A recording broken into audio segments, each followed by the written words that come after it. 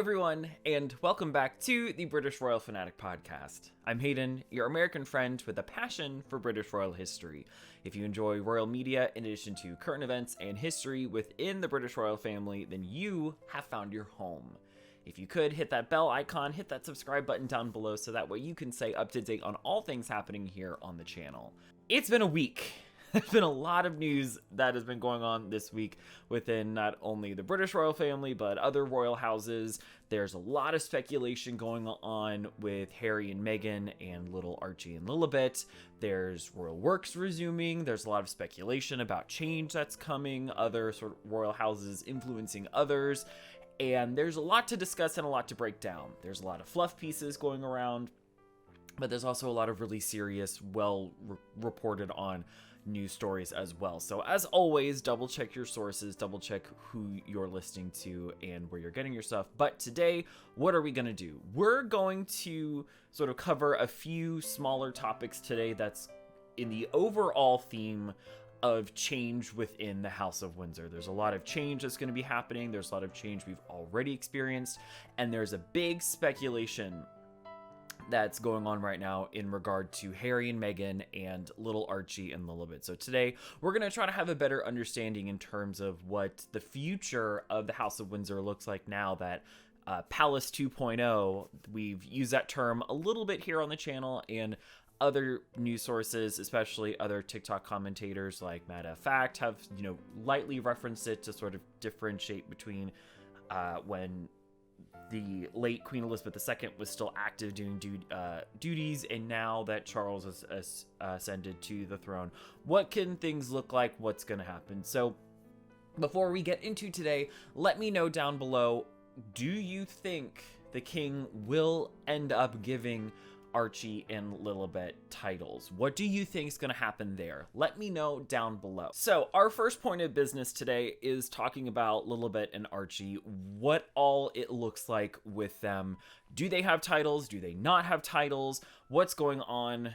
If you were anywhere on royal Twitter when the Queen died, it was sort of the Wild West, where really big news anchors and really big news sources were already commenting that now Lilibet and Archie are prince and princess. But when you look at the actual line of succession on the official royal family webpage, you'll notice that that's not the case right now. They're in this weird gray area. And in my opinion, they actually will never have the title of prince or princess. But first, let's break down as why there's all this speculation. So we need to rewind the royal clock here, and we need to go all the way back to 1917. And in 1917, we got to put our context hats on. We're still in the middle of World War I. There's a lot of anti-German sentiment and also a lot of anti-Russian sentiment going on. And the royal family needs to rebrand themselves. At this time, the royal house name was Saxe-Coburg and Gotha, which is of course Prince Albert. That's all from Prince Albert. When before Queen Victoria married Prince Albert, it was still the Hanovers. She still had that layover, but then when she married Prince Albert, it became then the House of Saxe-Coburg and Gotha, which is from him. And it stayed that way through her reign and actually a little bit into the reign of Edward VII. But in 1917, George V and Queen Mary needed to change something. And what did they do? They sat down, changed the house name, and issued a series of letters patent. Now, these letters patents, the first one, of course, changed the house name from Saxe-Coburg Gotha to Windsor, the royals rebrand themselves a lot. And it also any of the other royals from German areas they dropped all of their German titles in prince and princess titles and got new English titles based off that. So that's why the Battenbergs don't exist anymore. And in fact, the Battenbergs sort of dissolved into two main titles. We have the Earldom Mountbatten of Burma, and then we have the Marquisdom of Milford Haven. That's sort of where the Battenbergs went. And that's just a quick Google search away. But it rebranded the royal house. He then issued letters patent after that outlined who truly can be a prince or princess. Now, the one link I'm going to cite down below is really helpful because it shows all the letters patent, how it expanded, and now we're slowly starting to trim it down. You can really start to see that line. In these letters patent from 1917, it states who can be a prince or princess. In layman's terms, because it can get a little confusing at times, it, of course, says all the children of the sovereign, all of the grandchildren of the sovereign through the male line, and the eldest son of the eldest son of the Prince of Wales. So we have the heir apparent, the heir presumptive, and, who's on third. That immediate line, of course, is solidified because that is where the crown will fall. Children of the sovereign, grandchildren of the sovereign through the male line. Letters patent were issued by Queen Elizabeth II in 2012 that altered it to where all of the children of the eldest son of the Prince of Wales will be able to have HRH and Prince or Princess titles. That was actually issued before Prince George was born. Prince George was born in 2013. These letters patent came out in 2012. And as we all know, the now Prince and Princess of Wales got married in 2011. So we can see that that exception was made because we didn't know when Her Majesty was going to pass away. We didn't know when they were going to have children. I talk about having a lot of children. So that was just a way to cover any confusion that could possibly happen. So now we know who directly has claims to being a Prince or Princess title. When you begin to look a little bit deeper into that letters patent, it has this implication that one needs to be born into that situation in order to fully have claims to it. One is either born a prince or princess, or you marry into it. It's very rare that someone gets elevated to that status. There have been instances, like I remember a few years ago, there was, I think, the Belgian king who had an illegitimate daughter. There's one of the central in mainland European royal houses was found that they had an illegitimate daughter, and she did a DNA test, and then she got at that point she got her HRH and princess title. But that has really fallen under the radar. But it's very rare that someone is elevated to that status. That's the big implication here. So now we need to look at the context here. Harry and Meghan were, at the time, Harry was the second son of the Prince of Wales, and the children at that point they didn't fall into that line. The great-grandchild of the sovereign, at that point, it doesn't really matter. When Lilibet and Archie were born, they weren't in that situation where they were now the grandchildren of the king through the male line. They were the great-grandchildren of the sovereign through the second son of the Prince of Wales. So at that point, it wasn't readily guaranteed to them. It wasn't something that they could readily have. In the Oprah interview from 2021, Meghan did say that she asked about her children having titles and saying that they were denied. And we need to look at that a little bit further. When they got married, of course, at that point, the dukedom was bestowed upon them. Their children would be styled typically that of a duke, meaning that the eldest son would use one of his subsidiary titles. Daughters would be styled as the lady, insert name here, and any other son after the eldest son would then be lord, insert name here. That was cool, great, wonderful, everything seemed fine, but then Meghan is saying that she was being denied that her children would have titles, and then when Archie was born, they then decided to not use titles at all. Now we understand why this is a weird situation, where Archie and Lilibet were born when they weren't guaranteed HRH or Prince and Princess titles simply based off their line in the line of succession, and two, they were given titles at this point. It's the parents' prerogative, where they technically do have claims to be styled like the children of a duke, but Harry and Meghan opted to not do that, to have their children have more normal of lives. So at this point, it's really Harry and Meghan's decision. Now, is it fair to sort of ask, hey, is this going to happen? Hey, are my kids going to be at this way? It is fair, But this is where Lilibet and Archie are these weird ones where they are going to be elevated. They were then elevated into this situation where when reading the words, the implication is that you need to be born into that. So in my opinion, they will never be actually given these titles. Now, why do I think that? It segues into our next topic, where with royal houses slimming down. But ultimately, if I will say this, if Meghan wanted her children to be styled to have some form of protection, they do have claims to being titled either, Archie, the Earl of Dumbarton, and the Lady Lilibet Mountbatten Windsor.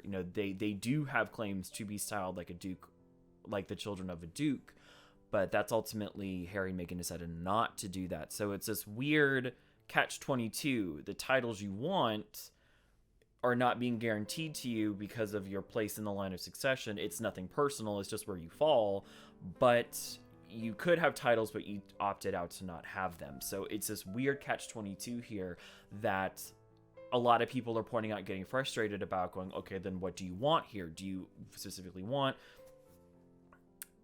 But ultimately, in their place in line of succession and how Charles is going to slim things down, ultimately is why I feel they will never get these titles. But royal houses are really beginning to slim down, and we have known for decades that Charles's goal, the moment he became king, was to slim down the monarchy. For basically centuries, it was sort of normal to have really big royal houses and really big royal families, which is why when you look even at the time of Edward VII, there's so many princes and princesses all throughout England, either their highness or a royal highness or even a serene highness.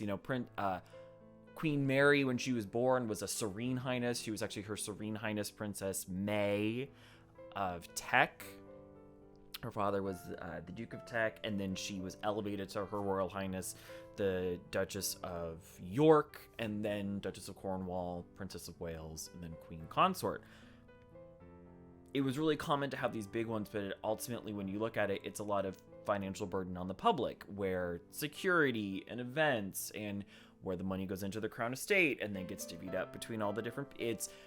It can be a huge financial burden on the public, and political and personal beliefs have shifted through the years, where one of the big central tenets of a monarchy is that you have been given divine right by God, and your family line has been selected, and religious views have changed and political views have changed, and the public, doesn't really, in some cases, doesn't like the idea of having really big monarchies. So more constitutional monarchies throughout continental Europe are beginning to slim down. And we actually saw a very first move of it back in 2019 with the Swedish royal family, where the children of their royal highnesses, Prince Carl Philippe and Princess Sophia, had their children's titles altered, and the children of Her Royal Highness Princess Madeline and Mr. Christopher O'Neill, their children's titles were changed. And that was really before Harry and Meghan officially left the royal family. Back in 2019, where now the children of those two royal couples, they no longer have their HRH styles, but they do have their prince and princess titles. They're not actually official anymore. They're actually personal, and they cannot be passed on to their children. Essentially, what you have is what you have at this point. You're not going to be working for the firm. These are the second and third children of the sovereign. You're not in that direct line. So we're going to start to trim things back because we know you're not going to be working for the firm. So that is why, hey, you're never going to be in the front seat. So therefore, these aren't necessary anymore. In Spain, the Spanish royal family, regardless of your opinions on them, I know they're a hot button topic, but they already have for decades and the better part of some centuries actually, where the only one aside from, king or just whomever is sovereign and their consort, the heir apparent is the only really one that has an HRH and a prince or princess title. The other siblings may have an HRH, but they have their own separate title system that is unique to them, where they really keep it directly in line, and again, keeping things a little slimmed down. In Japan, with their imperial family, if you're a woman and you marry a commoner, you have to give up your HRH and your princess title, and you truly become a commoner now. Where it's really weird. Their royal family, how they marry in their marriage rules. But again, it's a way to keep things a little slimmed down. It's to really focus our energy this way. Recently, a few days ago, the Danish Royal Family made an announcement where the children of the second son, they're now going to lose their HH and Prince or Princess titles January 1st, 2023, and they're going to have different titles.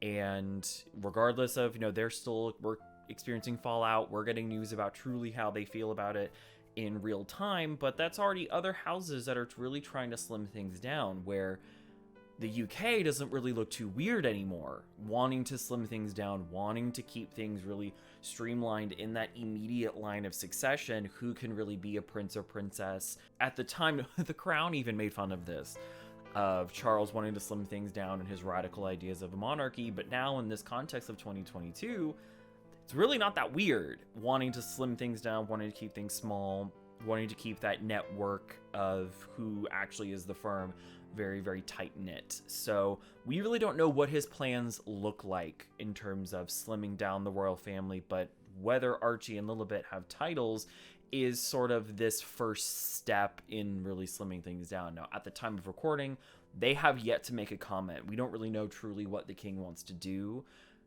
but we do know, I saw news reports of it where apparently Meghan wrote a letter to him saying, hey, we'll return back to royal work, but ABC 123, and one of them was actually granting their children their HRH and Prince and Princess titles that technically they are entitled to. When you look objectively, yes, in their position now, they are entitled to that title. They are now the grandchildren of the sovereign through the male line. But when they were born, they weren't originally in that spot. So Archie and Lilibet are these weird cases where I personally don't know what's going to happen, where if he does give them at least a prince or princess title, not an HRH, if he does give them one of those, is it a sign of an olive branch? Does it mean that eventually they are going to come back? That's sort of a reoccurring theme of, okay, if he gives it to them, is it him bending to them? Is it then this expectation? But then if he doesn't give it to them, all of a sudden he's, completely against, and people making racist allegations to him. It's weird. Archie and Lilibet are is this weird case where when you look at the black and white letters, yes, they have a right to it, but there is this implication that they needed to be born already in that situation. So one of his moves in slimming down this monarchy is officially to make a decision on that. Change has already begun within the royal family in terms of what is already slimming down. But who is actually working for the firm right now? Who can we say are working members of the royal family that may or may not have implications on slimming things down? We have, of course, their majesties the king and queen, their royal highnesses the prince and princess of Wales, her royal highness the princess royal, and their royal highnesses the earl and countess of Wessex. That's sort of our core group.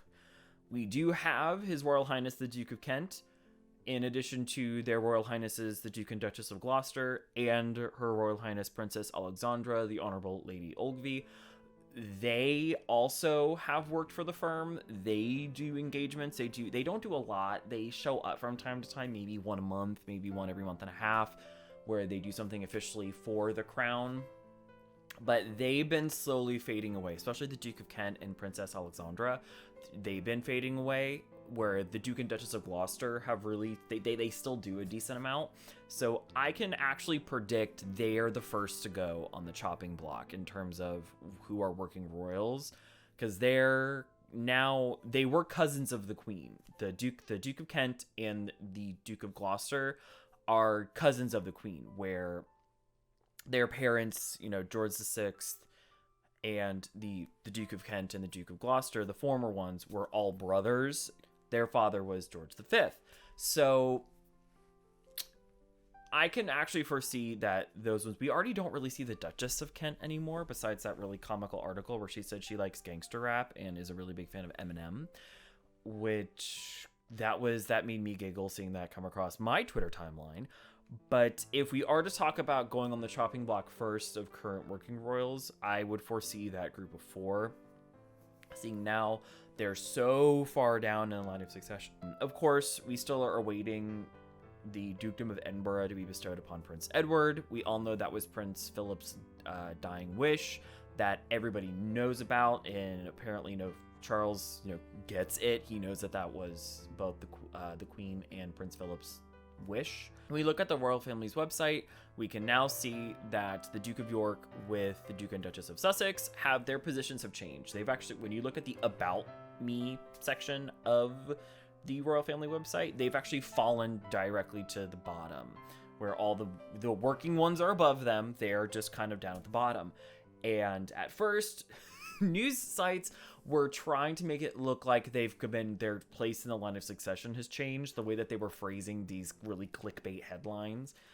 But no, just in the About Me, they fall into the bottom. And actually, their Royal Highnesses, Prince and Princess Michael of Kent, have been completely erased. They used to be there, but they don't work for the firm anymore. They had maybe 2 or 3 type of charities they did decades ago in the late 80s and early 90s, but they haven't worked for the royal family in a very, very long time.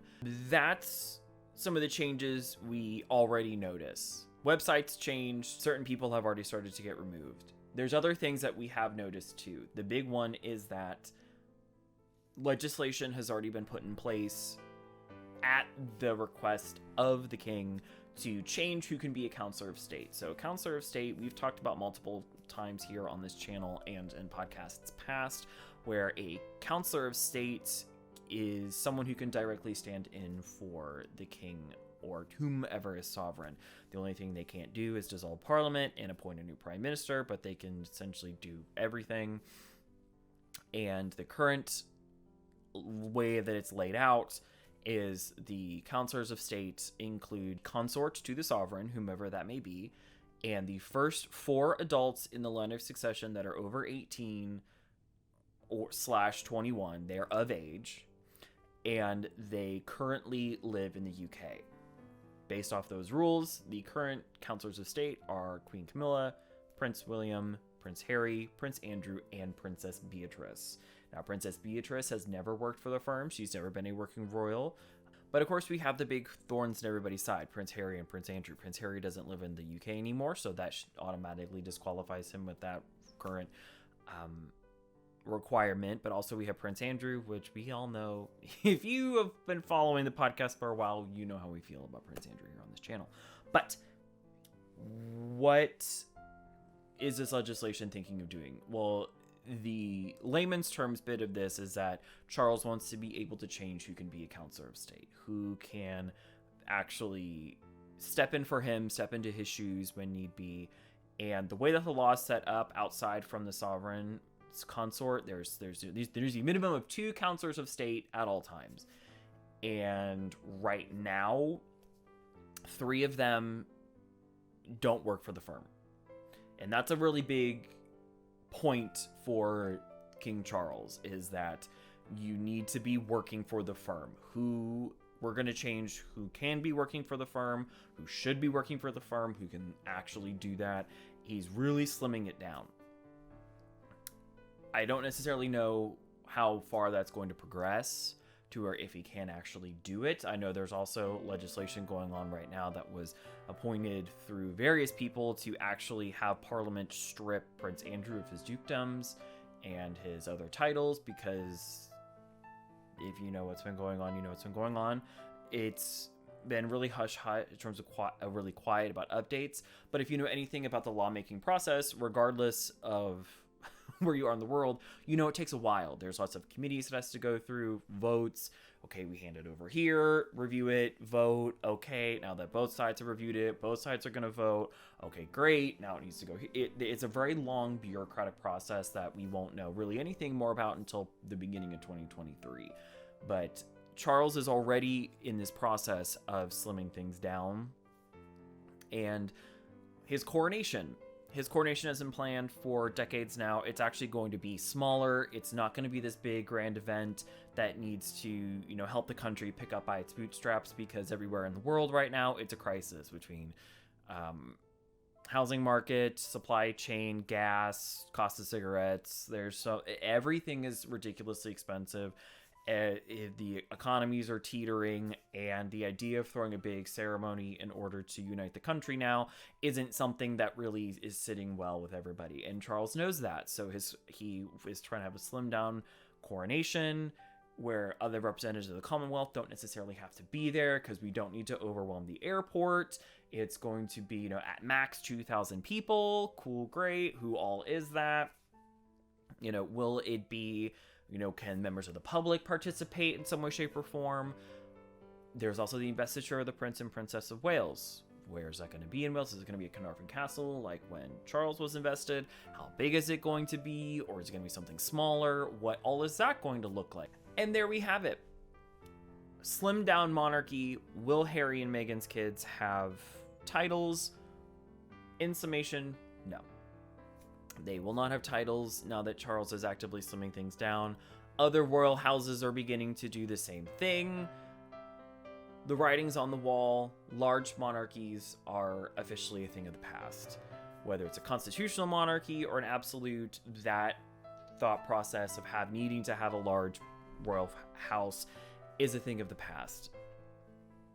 And now, in order to keep themselves relevant, we need to streamline things. We need to not be so expensive. We need to not have a lot of people working for us, because the more people working for us, it's more of a burden on the country in terms of having to pay for things. And that is something that we don't really want anymore. You know, we need to look to the future. What does the monarchy of the future look like? And this is the time that we're living in, where these changes that have been discussed for so many years and people having their opinions about, we are now living through these changes.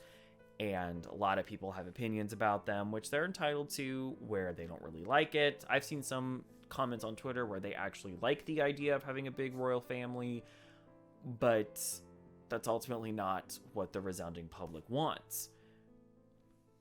And in my opinion, if it helps keep them feeling relevant and a place within today's ever-changing society, you know, go for it. Do I think Harry and Meghan have a place in it? Probably, if they had stayed, come to some form of agreement, whatnot. But their children, in my opinion, would have never been given those titles. Truly, no matter what, they're never going to get those titles.